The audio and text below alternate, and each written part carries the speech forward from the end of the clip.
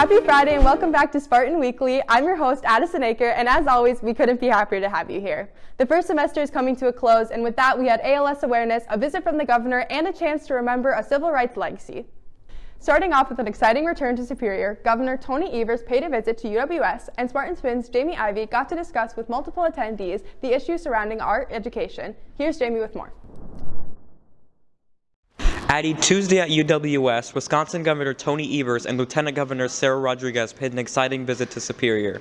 Evers and Rodriguez set up at the Yellow Jacket Union to give Superior residents opportunities to discuss with him the issues that they believe are most prominent in Wisconsin. Superior Mayor Jim Payne, who came along with the governor and lieutenant governor, encourages those people to share their ideas with the governor, assuring them that they will be heard. The reason that he listens so closely to people is because this government, this state, doesn't belong to Madison. It doesn't belong to the legislature. It belongs to the people of Wisconsin. That's the message that I deliver every time I get to speak to children, and they're always so thrilled that they are, in fact, in charge of the city of Superior, their state, that they actually act like it. They spend the whole time that I give them giving me ideas and suggestions and real policy that matters to them and their community. My challenge to you is to be as good a citizens tonight as those kids are every time they get to speak to me or this governor. The governor and lieutenant governor echoed those same sentiments while highlighting the state's accomplishments over the last year. Now, written on the ceiling of the governor's conference room, the Capitol, there's a saying that, and I'm not sure who came up with it, but it says, "The will of the people is the law of the land." And that's sort of become the motto for me, and I believe in doing the right thing means that we must have a state budget that is reflective of your input. The goal of these listening sessions is to foster meaningful conversation and to connect the dots with a particular budget topic of your small group to budget priorities as a whole. Attendees were split up into 3 separate groups depending on the issues they wanted to discuss, which were economy and infrastructure, healthcare, environment and justice reform, and education. I had the opportunity to speak with an attendee who was actually a teacher at Superior Middle School about the importance of talking about these issues directly with the government. I think it feels very validating with a lot of work that people in this community have done to support Governor Evers. I also think that oftentimes because of our geographic locations, we're left out of the conversation just because we're not closer to Madison. And so I think it's really important, and I am grateful that he is taking the time to travel to our region. On the subject of education, Governor Evers' most recent boost in education-related funding has gone towards staffing shortages and student mental health. Governor Evers also paid a visit to Northern Lights Elementary in Superior in September to discuss his plans for the funding of K-12 schools. Reporting on the second floor of SHS for the Spartan Spin, I'm Jamie Ivey. Back to you, Addie.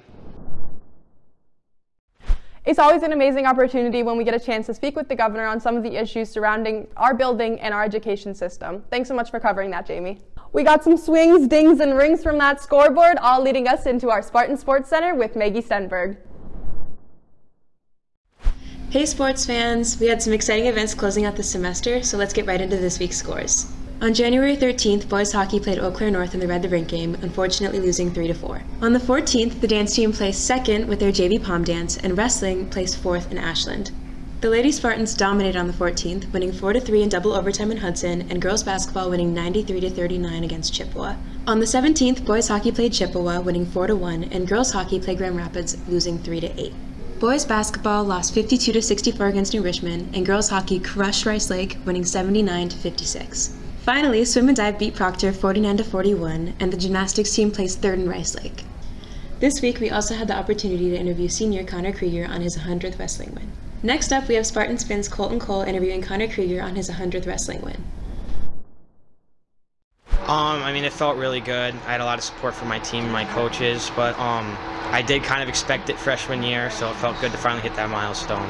Well, it's a lot of hard work, a lot of practice. I'm always on that grind.